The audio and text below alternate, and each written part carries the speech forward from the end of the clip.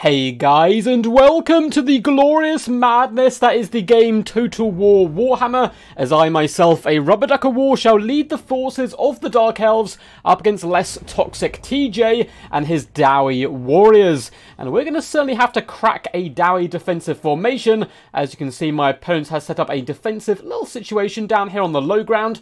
So what have we brought to crack such a build? Well, some of my favourite units, in fact, in the entire Dark Elf roster. So let's hop in here and have a look at the build. So for our front line, we have the cheap and rather uncheerful Bleak Swords, as their name would suggest, alongside some Blackheart Corsairs as well, who are really here to chew through Slayers where possible and harass the back line. Now, Bleak Swords aren't going to do much damage, to be honest, to anything on the Dwarf roster. They're simply a cheap way to absorb miners with blasting charges, as well as to swarm into the back line and slowly overwhelm the Dowie folk. Just behind them, these are some of our more damage-dealing units today. We have triple Dark Shards, although I don't think we've brought any with shields. They're really looking to bring the armor-piercing pain to the Dwarfs when they are distracted by the huge ground force we do indeed have today. Over on the far right side here of our formation, up in the skies, we do have a Feral Manticore, cheap terror-causing, armor-piercing monster which can fly around and dish out the pain is always a good thing, particularly when escorted by double harpies up in the skies, and we even have two Dark Riders just in the back line looking to strike at the heart of any Dowie formation. Up on the left-hand side, we do have the glorious Crone Hellebron, and she has actually been buffed in a way. I believe her Manticore mount is actually now a little bit cheaper in the latest big patch they did, and I'm all for it. I'm very tired of watching Marathi slaughter troops after troops. It's time to give the Crone Hellebron her time in the sun, and she can certainly bring the pain up against the Dwarfs. Again, she causes terror, anti-infantry, and armor-piercing. That ticks all the boxes of what you want up against the Dwarf, but also she does indeed bring poison, as well as some rather useful abilities in the form of the Gaze of Cain. We have the Witch Brew, Heroic Kalimbro, and the Cursed Blades. Should be good fun wielding her in battle today, but she is not my favourite unit. No, the Sorceress down here, who has the Curse, Amber Spear, and Flock of Doom, not my favourite unit. Bleak Swords, Dark Shards, none of them are my favourite Dark Elf unit. My favourite one resides here at the centre of our formation, and that is the Siren of Red Ruin, the Regiment of Renowned Bloodrack Medusa, looking like an absolute devil incarnate as always.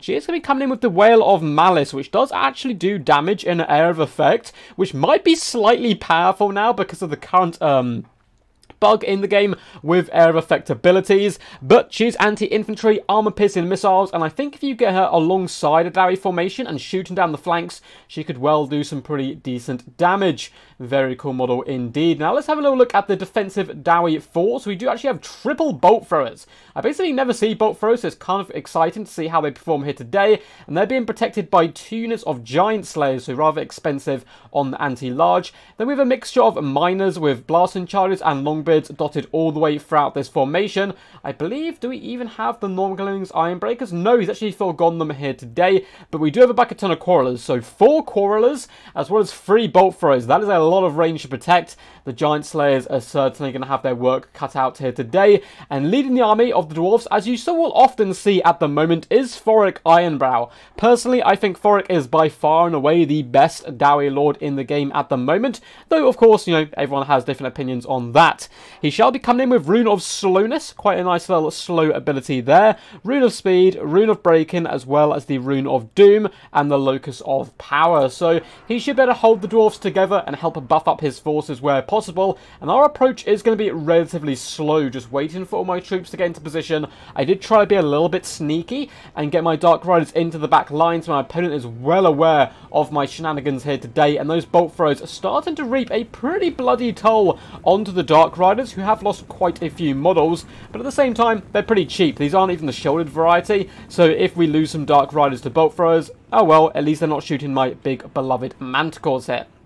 Bleak Sword's going to continue to advance. I'm keeping my Manticores really far wide at the moment on the right and left hand side, simply because I do not want them to be picked apart by the bolt throwers at long range, but I'm kind of struggling at this point of the battle. I was looking forward, trying to think how I was going to crack this Dowie box. Do I just throw all kind of recklessness to the wind and just hop straight on my enemy? Do I play super patient and sit back with my Dark Shards? What I was trying to do is pop Amber Spears down the line of these Dire Warriors, but because of the map and this elevated position, the Sorceress of Beast just could not get in position to pop those. So she's going to be kind of feinting some attacks, falling back, and once again trying to line up those juicy shots down the line, as the Dark Riders do bound back and forth, attempting to juke some of the Bolt Thrower shots, but this unit lost about a third HP at the moment. Manticores still moving up the flanks as well as the Harpies here, and now the Dark Shards are going to be advancing up, looking to bring pain from afar to the Dowie forces, as the Bleak Swords as well do start to get that downhill charge and that momentum swinging to engage with the Longbeards and other Dwarf forces. Crawlers are going to counter-shoot my Dark Shards, and I did make a big miscalculation here. I was kind of hoping my Dark Shards would be fine in this trade, but I did not bring the shield variety, and you can see the damage those Crawlers do straight out of the gate. So I quickly rethought my plan, and that's one thing you guys should definitely take note of. If you try something in Total War Warhammer, it's never too late to change a tactic mid-battle, pull back, reassess, and go again. There's no point simply throwing away units. So instead, we're going to be trying to pick my opponent apart here with some sneaky plays with the Siren, as well as the Sorceress of Beast, who has moved up once again, trying to do some Amber Spears, but the map really does not like them whatsoever. So we're going to switch it up to some Flock of Dooms, catching the majority of my opponent's build here with a lovely, cheeky little cast. And the Harpies are starting to move into position, absorbing a lot of Coral of Fire. Going to allow all my other units to close the distance here, including the Dark Shards. And now we're getting super aggressive, charging down onto the Crawlers. Harpies are doing a pretty good job here. Unfortunately, the Sorceress of Beast has been focused down by the Bolt Throwers and lit on fire. Dark Riders attempt to get into the back line, but Giant Slayers do counter-punch us here, cleaving our horses asunder, and that's not going too well for them whatsoever. However, the Sign of Red Rune is now starting to fire some shots in. Looks like she's actually going after the Bolt Thrower crew at the moment. Harpies do break some Bolt Throwers, and in comes Crone Hellebrong in a snipe attempt on Thoric Ironbrow. Now, no Dwarf unit in the game is easy to snipe, particularly the mighty Ironbrow himself, but we have a lot of Dark Shards, and we have double Manticore action right now, hunting down Thoric, who has popped Rune of Speed on himself. We won't mind that with the gaze of Cain, as this glorious whirlwind of blood fuels our characters to greater feats of carnage. Having my opponent does countercharge now with some Giant Slayers, as well as the Miners, and Crone Hellebrong is certainly feeling the pain quite badly now. Likewise is the Feral Manticore, and we're going to have to try and dart out of there as quickly as possible. Our frontline engagement with the Longbeards and the Bleak Swords obviously goes in the Longbeard's favour here, and we take quite a lot of damage, so we threw everything, caution to the wind, and really charge in on the enemy. Another Flock of Doom does come down, but things are looking very bleak for us at the moment. Balance power is certainly against us. We have more Bleak Swords slowly working their way around the enemy flank to charge in on the Crawlers to try to drag them down here. And Thoric Ironbrow is certainly taking a pounding. The Dark Shards are going in for the old assassination attempt. When in doubt, kill the enemy leadership is always a good plan. Dark Riders have managed to swarm in here on top of the Bolt Throwers, but once again, the Giant Slayers are going to be driving us back, so we're going to pull them out of position, hopefully. And now it is time for the Blackheart Corsairs to get in here and start dishing out the damage. Sign of Red Rune is starting to take some Bolt Thrower shots, but at the same time is up to 21 kills, has used up a lot of her ammunition at the moment. And once again, Crone Hellebrong gonna swoop in for the charge on Thoric Ironbrow. Very risky because the Giant Slayers are nearby. We followed it up with a curse to nuke their stats pretty badly. And I'm really going after the Ironbrow at the moment, who has been completely terrified. Crone Hellebrong is going to fall back despite the Rune of Slowness being popped on her. My opponent being distracted instead by the Feral Manticore, which at the end of the day is not a bad target to try to take down whatsoever. Thoric Ironbrow, however, is looking very beleaguered at the moment, and we're going to follow up with yet another Flock of Doom, catching so much of the Dwarf forces. Over on the right-hand side, Bleak Swords have engaged with Crawlers in hand-to-hand combat, but my Dark Shards are looking pretty beat up and are having to fall back in all directions. So is the Sorceress of Beast. A very close game so far, but the Crone is going to be able to feast upon the skull of Thoric Ironbrow today, down to just 195 HP. And there he goes. And with that, the balance power is still very, very much against us. We do manage to force off another Bolt Thrower, and now we have Bleak Swords and Blackheart Corsairs dueling the Giant Slayers. That is the perfect engagement for us, and it's certainly going to allow Crone Hellebrong to bounce around the battlefield and start taking out key targets whilst falling back away from the Giant Slayers, who are now getting a little bit of help in hand and being slaughtered here and fulfilling their Slayer Oath, as a glorious Flock of Doom did come down. Bleak Swords are amongst really juicy targets for them. Quarrelers and Giant Slayers, so there are miners now looking to intercept them. Crone Hellebron is going to be using her mobility to bounce around the battlefield, and now our opponent's leadership is down. They're really going to start to struggle when that terror does kick in. Crone Hellebron looking to feast upon some Quarrelers. We are kiting the Dwarfs. This is certainly a good way to play up against them. We have Dark Shards shooting them from the flanks as one unit does fall back. And every single time the Longbeards do try to hunt down a target, we're simply going to pop the Crone on them, break them up, and then switch the Dark Shards to help finish them off, and then go on to more juicy targets as well.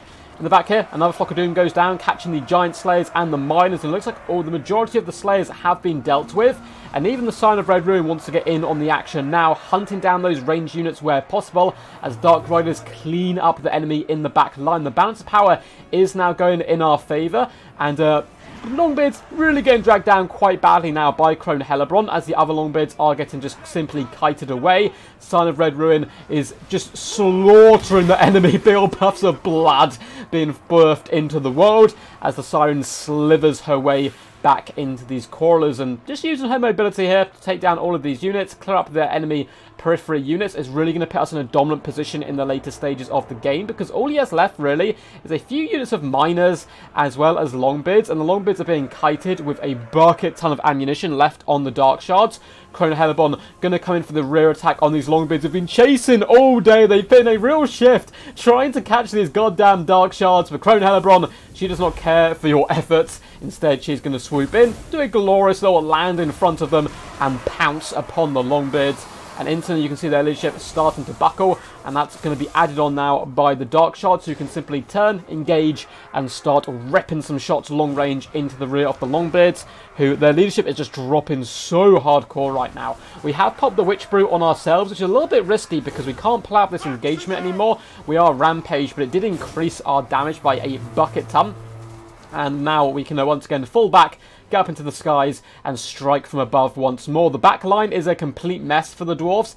There's a few Giant Slayers. Looks like we have 7 here. The Siren, up to 75 kills so far, is going to leave the Bleak Swords to clean up the Quarrelers in the back and slither back to safety once more, where we can start picking apart these Dwarf units.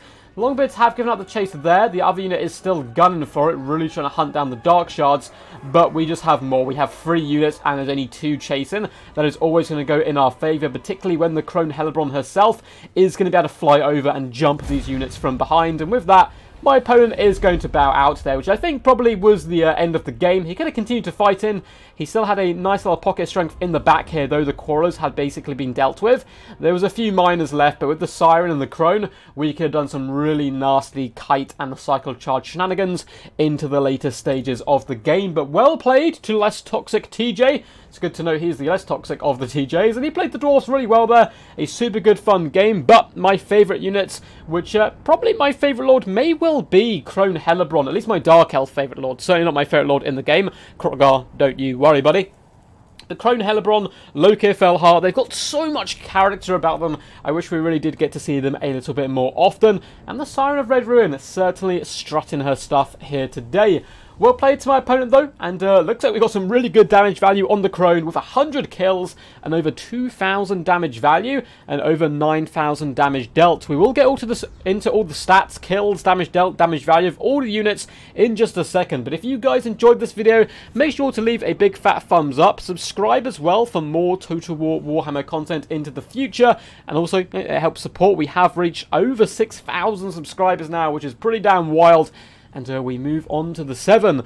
Feel free to comment down below what you thought of the builds, what you thought of the battle. Did you have any favourite moments? Who was your MVP and favourite unit in action? Or simply yell a quack of support. I really do appreciate them all. There are links down below in the description. If you would like to submit replays to my channel, you can do that by joining my Discord.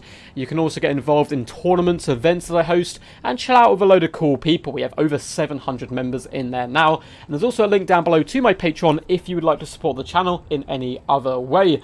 But onto the reason we're here, the damage dealt and all the glorious stats. Well, the crone certainly performed really well, and she had plenty left to give at the end. Don't let her low HP that was kind of remaining fool you. We could have cycle charged so effectively with the remaining units. There were some longbeards left and some miners, and that was about it. But yeah, she's a bit of a nuisance, kind of flying around the battlefield, jumping down on the enemy, and dishing out the pain.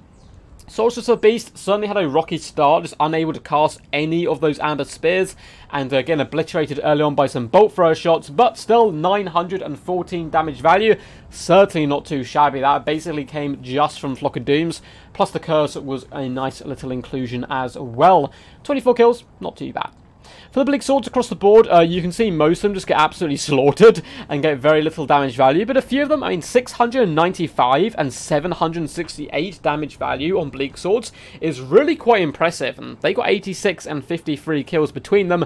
These of course were the ones who managed to force their way on top of the Giant Slayers, as well as the Quarrelers, Bolt Throwers, and managed to circumvent those Longbeards and Miners. The Blackheart Corsairs did really well, over 1,000 damage value, 85 kills, and they were pretty healthy into the end game, just shy of 7,000 damage dealt, and I really do think they're a useful inclusion here. I would certainly not have my entire front line of them, but having one or two Blackheart Corsairs really can chew through Slayers quite effectively, and 9 times out of 10 up against Dwarfs, you're going to be facing at least some Slayers. As for the Dark Shards, really rough early engagement. I was a little overconfident in that Elvish archery, thinking they could drag down the Quarrelers from range, but I was certainly mistaken. Not the best damage value on them, but in the later stages of the game, they really helped pick apart the Dwarfs, which is certainly something you have to do up against the Dowie, and yeah, dragging those Longbeards out of position. The eagerness of TJ there to really hunt them down allowed us just to snipe them out and drag them to pieces so the crone could feast upon them. Dark Riders did okay. I mean, they were kind of sacrificial lambs to the slaughter. Likewise, the Harpies here, not getting the best damage value, but they managed to break off a lot of the Bolt Throwers and then chase them down with the Dark Riders, which gave us battlefield control, which was a very expensive investment just to get battlefield control, but you could see how well it worked for us in the later stages of the game. Manticore performed really well alongside the rather lovely Crone Hellebron there. Just to snipe out Thoric Ironbrow, 738 damage value on the beastie is pretty good work. And the Siren of Red Ruin, 1,222 damage value, over 10k damage dealt and 75 kills, with over half her health remaining, so plenty left to give in this battle. For less toxic TJ, Thoric Ironbrow, 744 damage value is certainly not shabby, considering mainly he is a support lord, but likewise he got assassinated pretty damn hard there. The Miners of Blast and Charges did good work just cleaning out my Bleak Swords in the front line, and the Longbeards were a little bit of a nuisance to break through, but we ignored them for the most part and then just dragged them out of position, and you can see their damage value really does show that 180, 179, 210, none of them coming close to paying for themselves. Giant Slayers, 1,353 damage value and 615. Really not too bad. You can see this unit certainly got on top of the Manticores, but you know, they were a bit of a nuisance. We did eventually manage to drag them down, but yeah, this unit on the left performed really well. As for the Quarrelers, they were a big pain in the butt, and I think Quarrelers are one of the most underrated unit on the Dwarf roster, because everyone just goes for Thunderers, and Thunderers are fantastic, but particularly up against something like the Dark Elves, I think Quarrelers really do have their place. 779 damage value, 608, 927, and 424. Bolt Throwers were okay. I mean, they got 500 damage value, 487 and 259, so nothing too crazy. They did pick apart some of our more skirmish elements in the form of those Dark Riders, and they did make me rush in and overcommit a lot of forces to try to drag them down. But I think the biggest problem here for TJ is that is a decent amount of range units to try to protect. Quite a few, in fact. I think cutting one of the Bolt Throwers, maybe even one of the Quarrelers, or actually just one Bolt Thrower would be fine. Just cut one down, and then add a few more ground troops to help protect the range, because once we managed to crack the back, it then forced the Dwarfs to come out of their shell and push us, and that's exactly what you want as a opposition to Dwarfs, is make them uncomfortable and have to charge forward out of their shells, and yeah, pick them to pieces after that. Hope you guys enjoyed this one. It was a good fun one to cast. Until next time, peace, peace, and as always, stay awesome.